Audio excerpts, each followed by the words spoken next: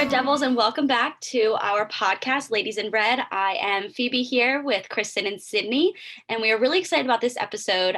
We are going to be talking about women in the sports industry using their voice and their platforms to make a difference in their communities. It is a really cool thing that they are able to gain this popularity and this fame through the sports and then be able to give back and use their platform for good. So just to start us off, we're going to talk about some recent updates of women in sports. And a reminder for everyone, this week is National Girls and Women in Sports Day. We talked a little bit about this last week with our guest, Annie Pendleton, but this National Day is on February 3rd, which is this upcoming week, and it's the 35th annual. So really cool that we're making a mark, that we as a nation have been celebrating this for that long. And normally they have the Women in Sports Foundation have events, but because of COVID, they're going a more virtual route. So you'll see a lot of events happening across the country, which almost is really a little bit cooler because they have so many people going to be participating and being able to do this virtually. And I know we talked with our guest last week that even the Harris Society on campus is doing something as well, a little virtual video. So keep an eye out for that. Yeah, and just like going off of that, some more pieces of news are Sarah Thomas, who again we talked about last week as like the first female NFL referee as like postseason is coming into play, and Lori Locust, who's part of the Buccaneers who just beat the Packers this past weekend, and she's the assistant defensive line coordinator. And then alongside her, Maral Javadifar, I don't know if I'm pronouncing that correctly, but she's also a part of the Buccaneers, who is the assistant strength and conditioning coach, which is super cool to see a female in that position for a professional men's sport, especially something like football. Yeah, definitely. There's lots of women making history at the Super Bowl this year. And as well in the NFL, Jennifer King is the first Black woman to coach full-time in the NFL for the Washington football team. She was just recently appointed as full-time offensive assistant, which is amazing. We're seeing women, again, taking strides in the National Football League, and it's really great. Yeah, I'm really excited at the Super Bowl coming up. Being able to see that will be awesome. All right, our sponsor is Spoons. Why cut your portions down? If you're hungry, you will want something that's both filling and delicious, right?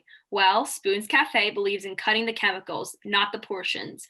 Located at 57 West Pomfret Street in downtown Carlisle, Spoons offers great sandwiches, soups, and salads that don't just taste good, but also are good for you and will fill you up. Stop cutting down on the size of your lunch and instead get a delicious filling lunch at Spoons Cafe.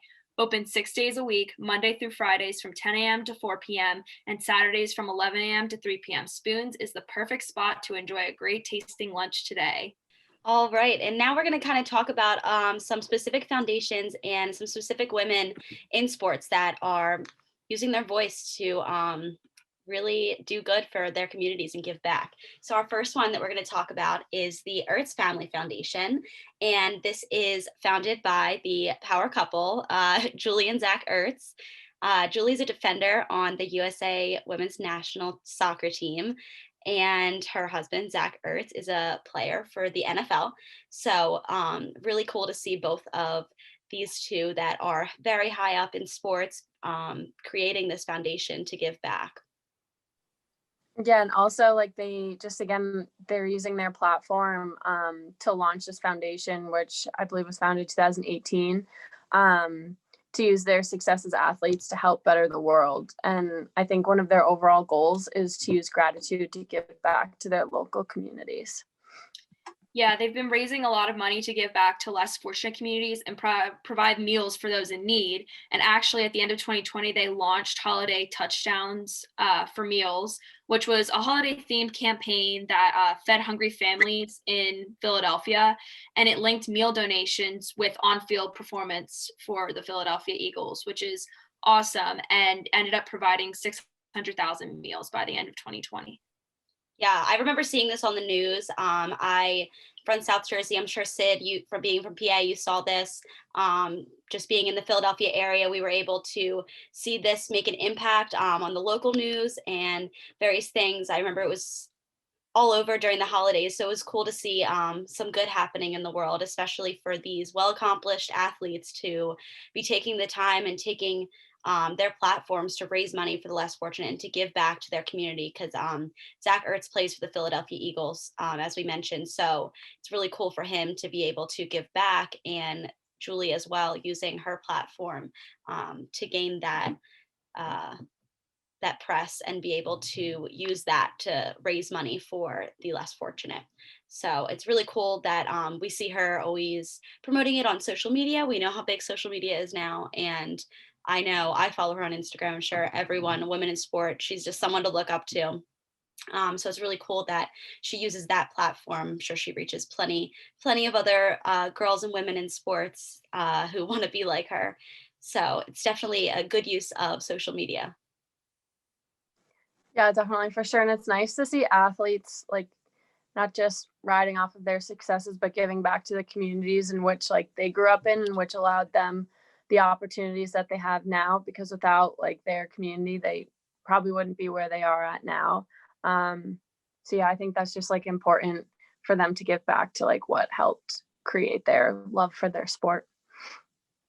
Definitely. Yeah, we see a lot of women just, I mean, obviously this is partnered, Julie Ertz is partnered with her husband, but you see she's leaving a mark on the Philadelphia community as a whole, and using the money, not only the money she earns, but the platform she's creating for herself to give back to those less fortunate. And we also see this with people like Simone Biles, who created the Athletes for COVID Relief, and she's using her platform to raise money for the Center for Disaster Philanthropies COVID-19 Response Fund, which is really awesome as well.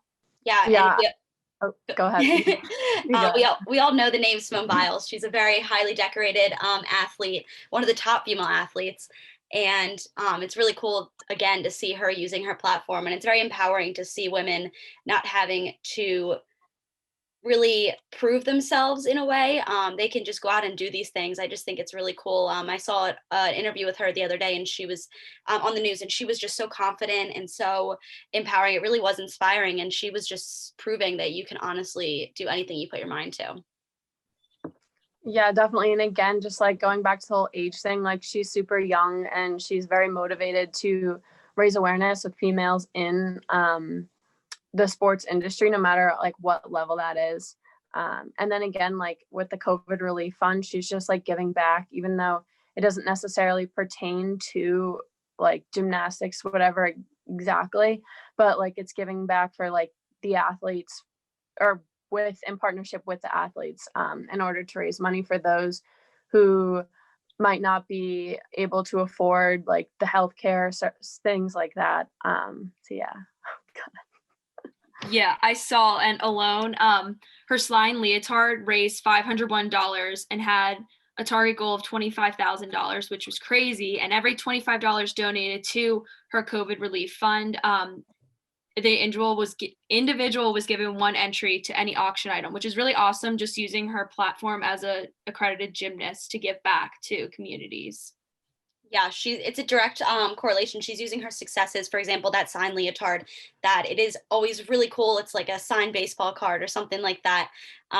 It's a cool collectible, especially in the sports world. So being able to use that to raise money, not only just to earn that money, but then to give that money back to this great foundation, especially in these trying times. Like she clearly saw the need for some relief for COVID and the people that were affected so deeply, and she decided to do this, which I think is amazing.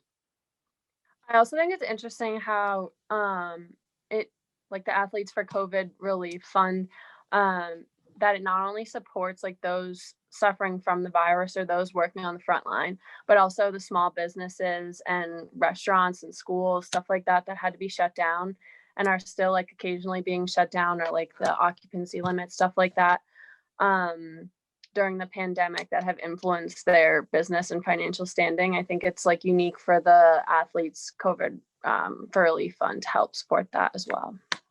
Yeah, we're seeing a lot of organizations giving back to businesses such as small businesses, restaurants, healthcare workers, just to give back to them during these trying times. I know I saw the Tampa Bay what's it called? Sports Arena gave like half of its tickets to healthcare workers, which I thought was like a great idea for the Super Bowl, which was awesome. Yeah, and also like the Barstool Fund too, like that's been going around for a while. I think that's a really cool thing about just like finding these small businesses throughout and raising money for them and then like bringing them the money. And also just like the small businesses must be so grateful and for when they're given like this amount of money, just because it shows that people still do care and they do want like the best for them. Yeah, I think it's really cool to see the sports world giving back in general because, as we know, not many sporting events definitely weren't happening in the peak of COVID.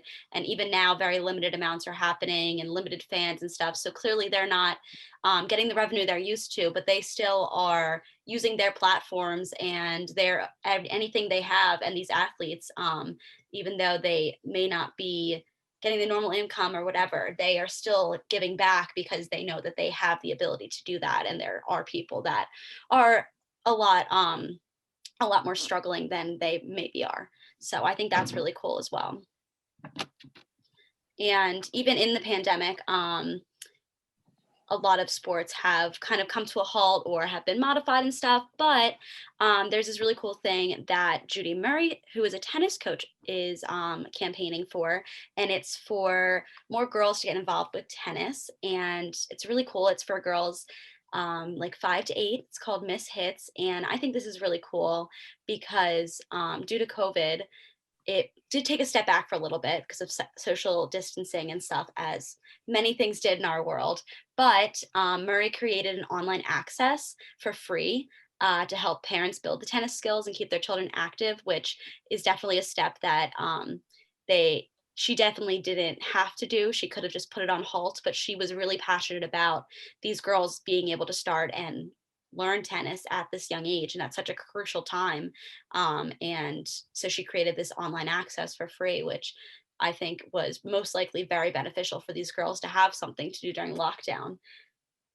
Yeah, definitely. And I think it's so amazing that, she was just so gracious to give this access for free because she was just giving her time. I think a lot of what we're seeing with these women is they're just giving so much time, not just money, but time that, they could be spending their money, going on trips, going on vacations, because they're obviously very well off, but they're just giving their time back to communities and those less fortunate and younger women to promote more sports participation as well.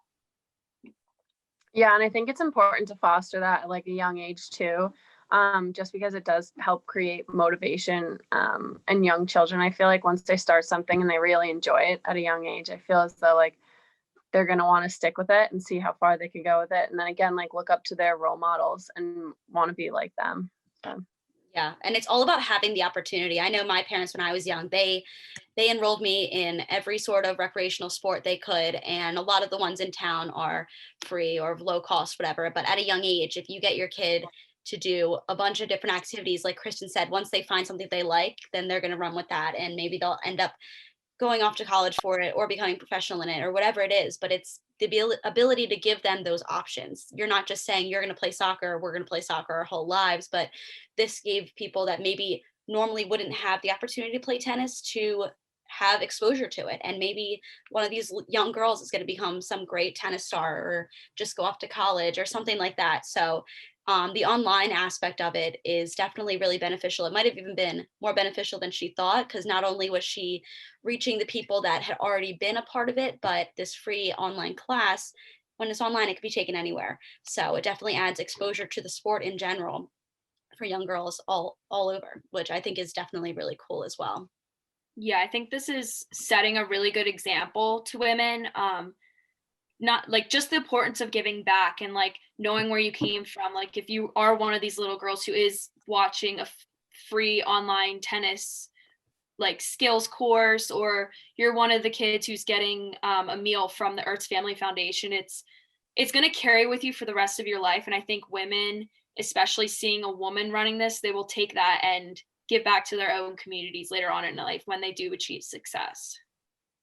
And also just like the program being free and online, going back to like the availability thing, it's open also to those who necessarily can't afford like tennis lessons, camp, stuff like that every week, in order to better their skills. So it's nice to see that Judy Murray kind of created this platform and this program to raise awareness and like bring girls into a sport that they can do for free and learn at like obviously no cost, and test out, see if they like it.